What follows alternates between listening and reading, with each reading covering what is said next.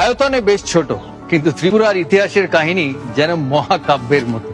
প্রকৃতি ঢেলে সাজিয়ে দিয়েছে উত্তর পূর্বের এই সীমান্ত রাজ্যকে, আর তাই ত্রিপুরাও তার গল্প ভেঙেছে, গড়েছে নিচের মতো। নীরমহল থেকে উজ্জয়ন্তা প্যালেস, ত্রিপুরার কোনায় কোনায় আজও ছড়িয়ে রয়েছে ঐতিহ্যশালী মাণিক্য রাজবংশের অসংখ্য আখ্যা। সবুজে ঢাকা ছবি মোড়া আর ঊনকোটিতে গান গায় প্রকৃতি। সেই রাগেই লুকিয়ে থাকে ভক্তির সুর। এখানে দেখা হয় ঈশ্বর আর নশ্বরের। এখানে আরাধনা হয় আদি শক্তির মা ত্রিপুরা সুন্দরীর। ত্রিপুরার কুটির শিল্পীদের আঙুলে আঙুলে সরস্বতীর বাস। সেই কলা তারা ফুটিয়ে তোলেন সূক্ষ্ম কারুকাজে।